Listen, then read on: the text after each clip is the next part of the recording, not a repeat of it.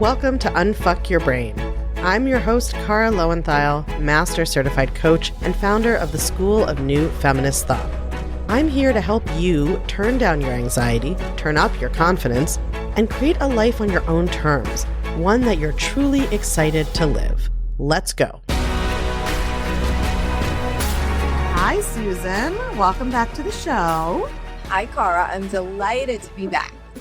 Tell everybody, before we get into it, tell them who you are. Who are you? What do you do? I'm Susan Hyatt.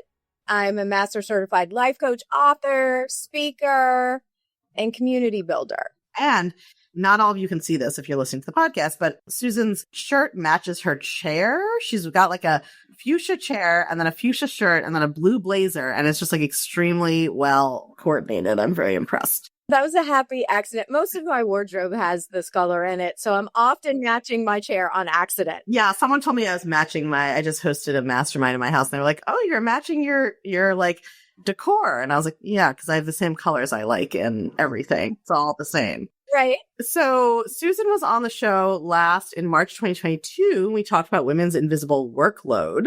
And I wanted to talk about, I don't know if it's related. I feel like it's sort of related in the sense that women become, I feel like, more and more aware of that invisible workload as they get older, as they have kids, as they start to take on more responsibility at work.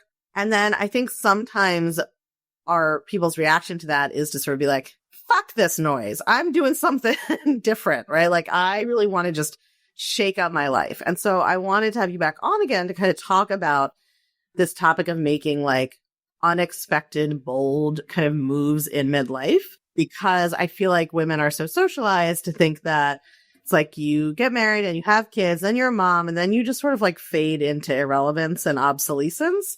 When in fact, you know that like women, especially like postmenopausal women, post-childbearing women, if they are women who had children, obviously not everybody does, like have some of the highest happiness and life satisfaction ratings and are doing some of the most cool shit. We just don't really talk about it. So I'd love to hear, like, let's start with the personal. What is an unexpected, bold move that you made in your life more kind of towards middle age? Like, what was it? How did you implement it? What was your thinking around it? Well, I love the way that you're framing this, because I work with women who are absolutely in this space where they're like, okay, if they were moms, their kids are out the door or on the way out the door. They are not beholden to some of the obligations that they had earlier in their lives. And correct, like we've all been fed this narrative that you should just, as you hit a certain age, fade into the background and like, knit. I don't know. I have nothing against knitting, but right, like just be quiet and who needs to listen to you and you're out to pasture. And a lot of the books that are written by men about midlife are written from a male perspective, and the examples they use are men in history, and the things that they give just like when you talk about being a working mom, these are the people who have spent their lives wearing this invisible workload backpack. And so now that we're sort of smartly putting that backpack down and deciding we want to do something else, like we've done all these things and we now have this wisdom where maybe we were innovating before or we didn't have time to innovate. Now is the time for us to look ahead and say like, okay, well, what's my legacy going to be? Like, would I like my obituary if it was written today? And it's almost like an obituary audit. It sounds kind of morbid, but it's actually very exciting to say, I have more money than I've ever had or more time than I've ever had. And I have this wisdom. What do I want to do with it? And so for me, some of the bold moves I'm making in midlife are writing another book. Scott is her husband. That is my husband, the silver fox, who, we joke about him a lot. And if you follow me, his antics are hilarious. He's a middle-aged white dude that has a lot to learn. But we love him anyway because he wants to learn and he's always self-correcting himself in the process.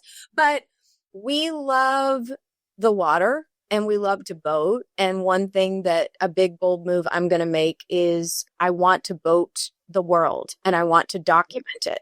So live on a boat with my 6 pets, which he keeps saying, what are you going to do with these animals? I'm like, we are taking them. Also, what about your wardrobe? It's hard to imagine you living, like, if you've seen Susan traveling, it's not usually a tiny suitcase. Like, how are you? Well, we all have multiple sides to us. And I know, the other side of me is a hiker and a boater, and I absolutely can do with less. But listen, my goal here is to there's something called the Great Loop, which is interlocking coastal waterways that cover multiple countries. And you can start where I am, which is in the middle of the country, and through the locks and dam system, go down to the Gulf, go up the East Coast.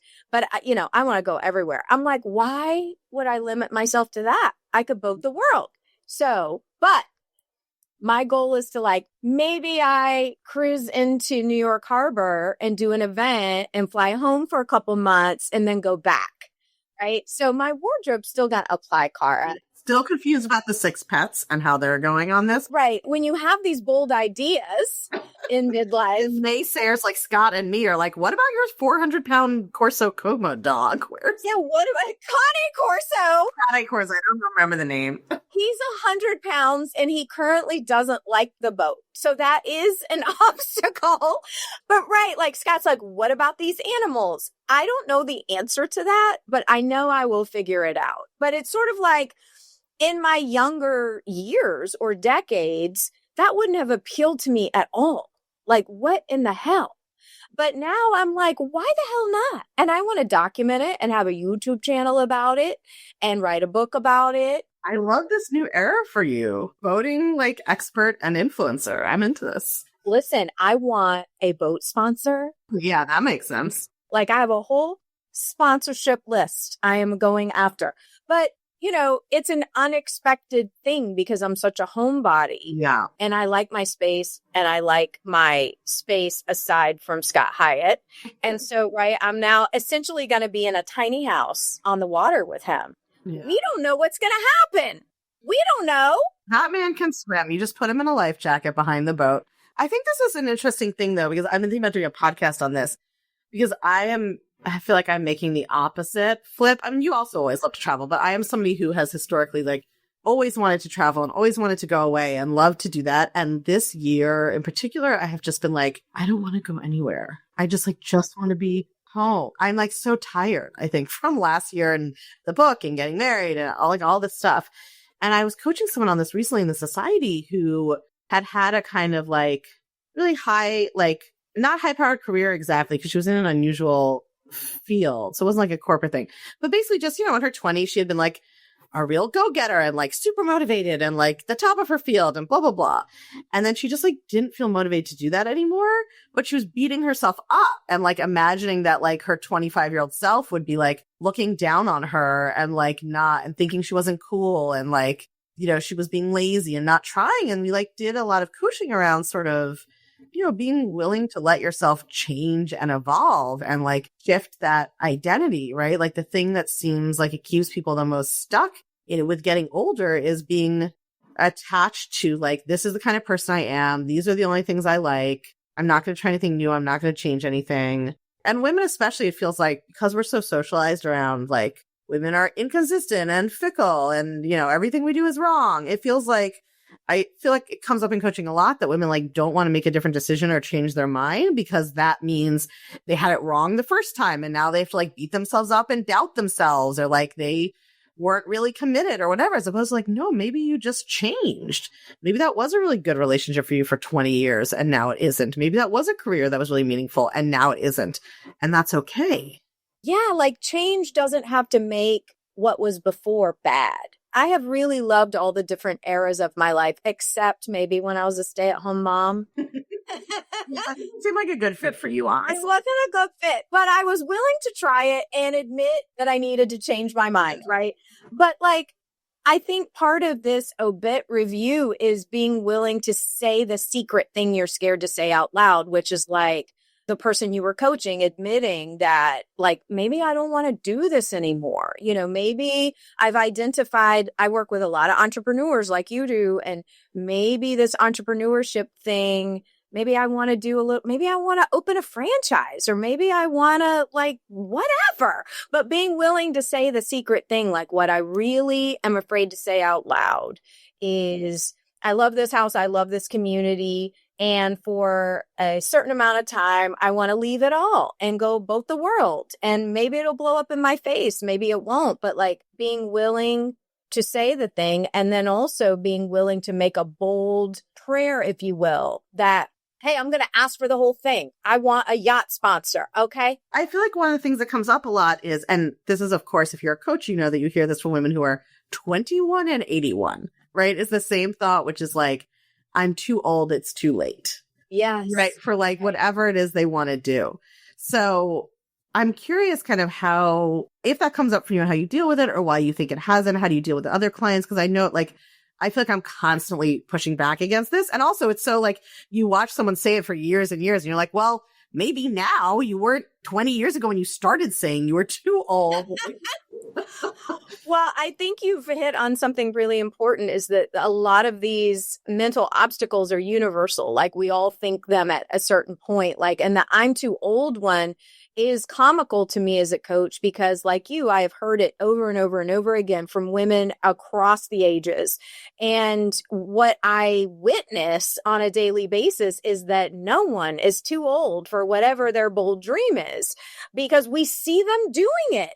If you think you're too old, then you are. If you don't think you're too old, then you aren't. And I don't think you'd have that dream. Like my dream isn't like, I wish I could date a 21-year-old. You know, like my dream is not like, is like, my dreams are going to be. But you could. Let me tell you how. I'm not saying that's not a dream a person could have, and they're allowed. And yes, and you only have to be on a dating app for a few days as a woman in her 40s to know that men in their 20s are perfectly into you if that's what you want. Yes. But I just mean that I don't think like, this comes up a lot even without age, right? In coaching women around dreams and goals, is that I really believe we don't really have dreams or goals that we aren't suited for. I agree with you. Right? Like I was never like, I just hope I win the Fields Prize in mathematics. Like that is not inspiring to me, because that is not a thing I'm interested in. But I did want to write a book, and I did, right? Like, right. But we don't trust ourselves, of course, because we're socialized as women. And so I feel like it's like age is an easy thing to sort of be like, oh, it's too late. It would be too hard. I just saw this thing that I think this is related. It feels related. We might just have to build the little bridge. But just that, I think it's sort of misconceptions about aging. So I just was showing my husband, I saw this thing online, of course. There was like a cross cut of like an MRI, I guess, of scans of people's legs. So it's like you could see the muscle, the bone, the fat. And it showed the legs of like a 30-year-old triathlete, the legs of a 70-year-old triathlete, and the legs of a 70-year-old sedentary person. Now, I am somebody who like lives in a fat body. I have chronic pain. I'm not saying everybody's supposed to be a triathlete. But what was like so fascinating to me about this as someone who's thinking now in my 40s about like, okay, how am I going to age? What do I want to like, how do I want to take care of my body in the ways that make sense for me? The 70 and 40-year-old or 30-year-old triathlete legs looked identical. And the person who was not, didn't have as much movement looked completely different. And the post that it was associated with was not even about being a triathlete. It was saying that one of the biggest reasons people go into assisted living is that they can't get down and up from the toilet unassisted, which essentially means they can't do half of one body weight squat and back up, right? So again, it's like they were using the triathlete as the comparator, but you don't need to be a triathlete. It's just talking about how do you maintain your sort of basic physical abilities to the extent you're able to. And the reason I found that so fascinating is I think we just would assume, well, a 70-year-old's legs and a 30-year-old's legs are going to look totally different because aging is this, thing that kind of determines who we are and what we can do and what we're capable of. And obviously, I think some people, I am not genetically able to be a triathlete. Like, I'm not saying that that's what everybody needs to be doing. Everybody's going to have their own version of that. For me, it might be like, take a little walk or do a little dance, but like whatever I might do. But I think that what was powerful about it to me, and my husband also not a super athletic guy, but I think what was powerful about it to us was just being like, oh, as you get older and start to think about aging, like what are your assumptions going into it? Is your assumption like, well, just a slow shuffling decline off this mortal coil, right? Or is your assumption like, well, if I focus on maintaining things that matter to me, and taking care of my mind, whatever that means to me, taking care of my body, whatever that means to me, I actually have a big say in what aging is going to feel like. Here's a thing about me. I own multiple copies of the books that have been the most important to me. especially when they are self-help books or books that I'm trying to learn something from, because I like to read the hard copy of the book, but then I like to listen to the audiobook as well, because I pick up on different things when I listen than when I read with my eyes. And I hear things differently. My brain like processes the information differently. And audiobooks are something I can listen to on the road, doing things around the house, even in a bathtub. So that's why I'm so excited to tell you that the Take Back Your Brain audiobook is available now wherever audiobooks are sold, and it is narrated by yours truly. So even if you've already gotten the book in hardcover, if you really want to make sure that it all sinks in, especially if you have a little trouble focusing or paying attention sometimes, as we all do these days, really recommend that you also get the audiobook, listen to it in the background. Your brain will actually learn by osmosis, and it will all sink in and stay in even better. 100%. And I see this a lot in the work that I do, because I talk a lot about, breaking your transactional relationship with your body and breaking free from diet culture. And as I've made bold decisions in midlife, I've taken up heavy weightlifting. And gym culture, right? It's hilarious to me, like all the super diet culture stuff that's part of the weightlifting industry. And so I'm coming into it as somebody who's anti-diet culture, who's there for the reasons you're saying. Like, I understand that as I age, it's important for me to maintain muscle mass, etc. I have become a woman who loves to lift heavy weights, which is completely different than how I ever thought of myself before. I have had women at the gym say to me, you're going to injure yourself. Like, aren't you scared you're going to injure yourself? Aren't you? I didn't think women our age were supposed to be doing that. And so there's so much out there as a woman ages, telling her, like, here are your rules and your time is up. And we now know the opposite. Like, yes, absolutely get in there if it excites you and start lifting heavier things. Figure out how long you can hang, because your grip is what goes first. And for the record, I can hang for 60 seconds and the minimum needs to be 90. So I'm not like, I'm still in there, like, I am humbled on a daily basis. Well, the minimum for what needs to be 90? So they say, like, if you can hang from a bar, like maintain that grip for 90 seconds, then you're going to maintain the grip that you need to just like do different things in life. Like, that's the first thing they say for an aging woman that can go, that like impacts your life, where you can't open things, you can't lift things, there's certain things. And I'm like, oh, hell no, I'm going to hang. Okay, I'm going to hang here. like, listen, I'm going to be able to flip tires, lift my luggage, whatever I need to do. But right, like, we make these assumptions that, don't hurt yourself, be careful. And I actually think women in midlife, we need to do the opposite of careful.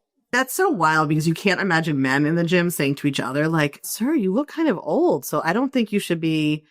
Well, I don't know. Maybe a 22-year-old would say that to like a 70-year-old, but in general, men don't get the same message that like their bodies are frail and they need to be like super careful, right? And like they can't, but women get those messages so much. Right. And I haven't finished creating it yet, but I'm working with the woman who designs my workouts, and I'm creating this program called Own the Iron, which is like mostly about women gaining confidence in the gym to take up space and then other things. But correct, like, there's no special kind of weightlifting that's just for women. Like, I'm doing all the same stuff the guys are doing in there. I'm squatting, I'm overhead pressing, I'm doing all that kind of stuff. And I think women think, here's our area of the gym.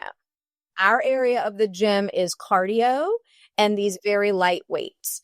And I have done that for years, but this is a different era. And let me tell you something. There is an amount of confidence that happens when you see yourself being able to do something that you didn't think was possible for you. I'm 5'2.5".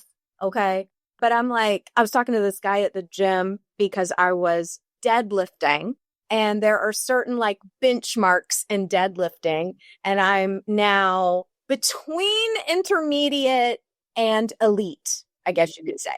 And I'm actually not deadlifting a super heavy amount of weight, but it's compared to like your body weight, you're this, you're that. And like these dudes are doing, triple what I'm doing. And I'm like, oh yeah, wow, I am almost elite. You got yourself a little sweatshirt.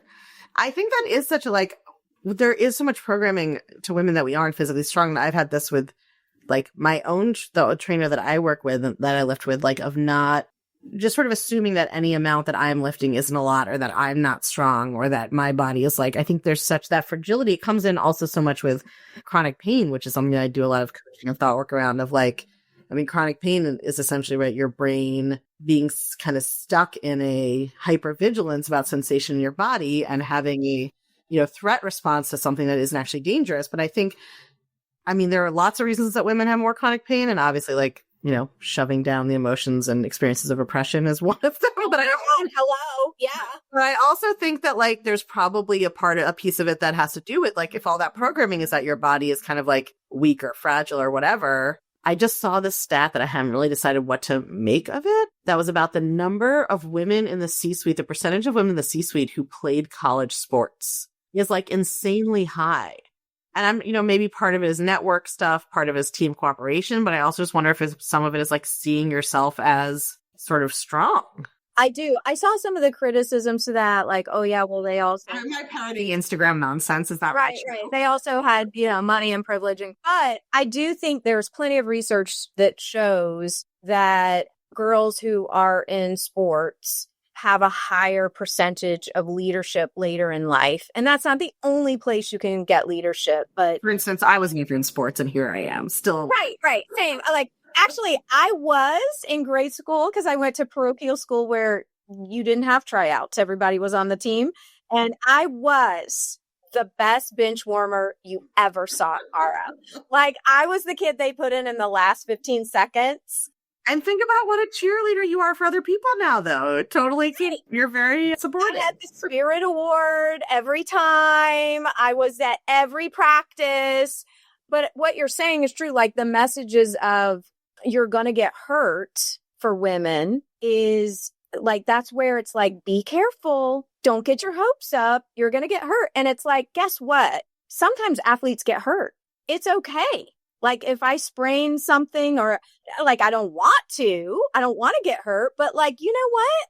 I'm willing to get hurt because I'm an athlete. Right. And that's where I think that confidence comes from, right? To bring it full circle is like it's that like willingness to fail, knowing that that you can recover from failure, that you can be resilient, that is like what propels you. And I feel like that's the thing, the sort of, if you're looking for something intentional, you can bring into your life, really, if you're in midlife or in any part of your life, right? The sort of like, it's okay to try new things and fail at any age, right? And like, you don't have to be, there's also that perfectionism, I think, of sort of like, well, it's too late for me to be like the world's best boater. So I would have had to start when I was 3. So there's no point now. Well, right. Like, let me tell you something, Cara. I've read all this stuff about like, cause I'm sort of also playing with, do we want a sailboat instead of a motorboat, And, people who've been sailing, they've been sailing since they were 3, and like, guess what? I don't give a fuck. Okay.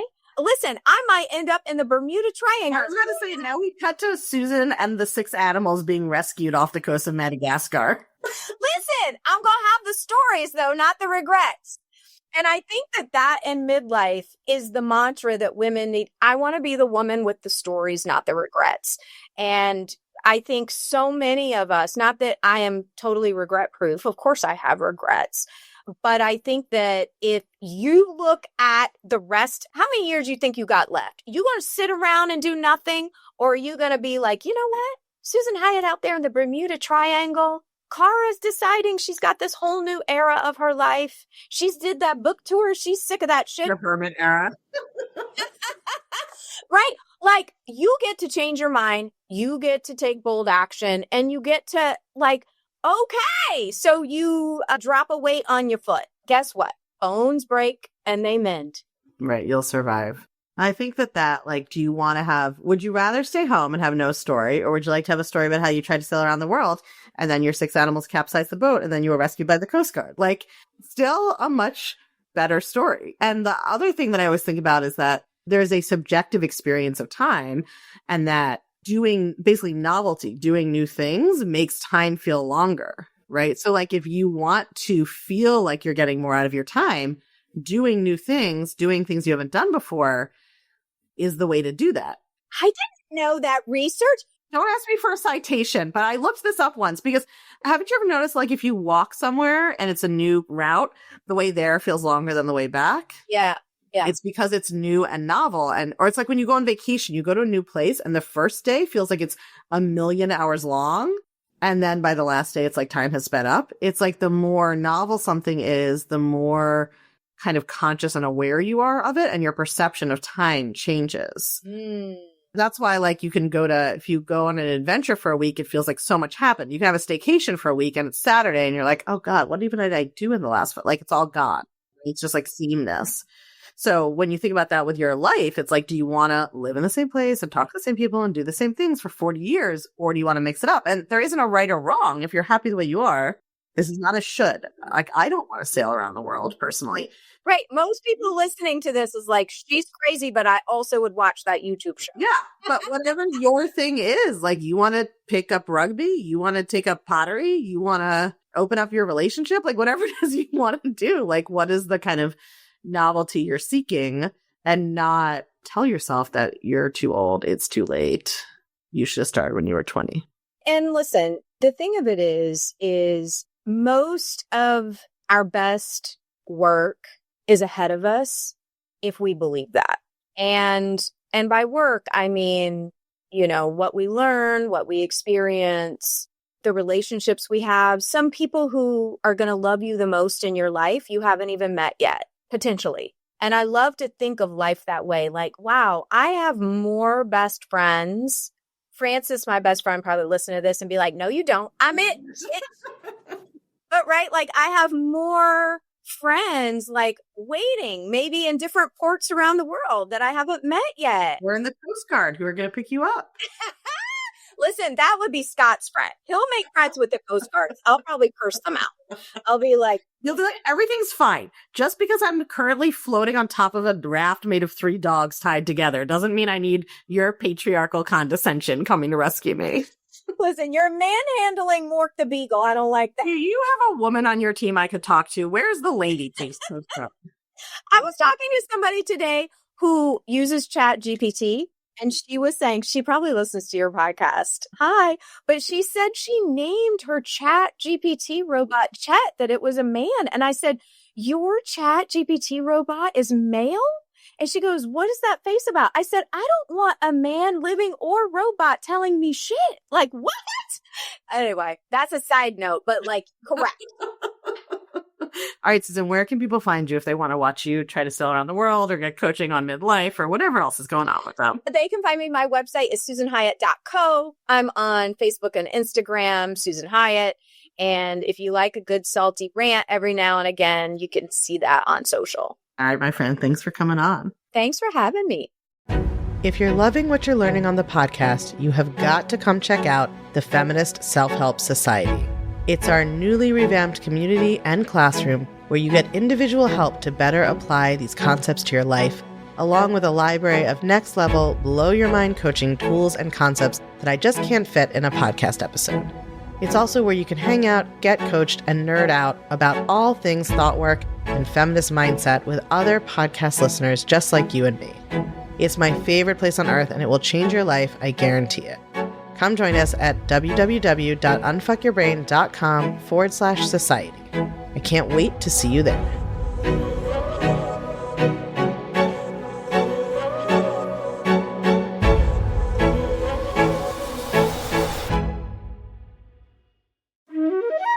Pop quiz. Did you know that the Take Back Your Brain audiobook, narrated by yours truly, myself, is out now? If you love this podcast, the audiobook is the best way for you to enjoy this New York Times and USA Today bestseller. You can still get the hardcover anywhere books are sold. You can still get the ebook. But if you're like me, you love audiobooks just as much or more because they're easier to enjoy on the go or while you're multitasking. And if you already have the hardcover and you have been feeling like you just want to try to absorb everything in it even better, add the audiobook, listen to the audiobook as well. It will operate on your brain in a whole different way. Go grab it on Audible or wherever else you get your audiobooks, and you have my dulcet tones in your ears teaching you how to understand your brain. It's a win-win.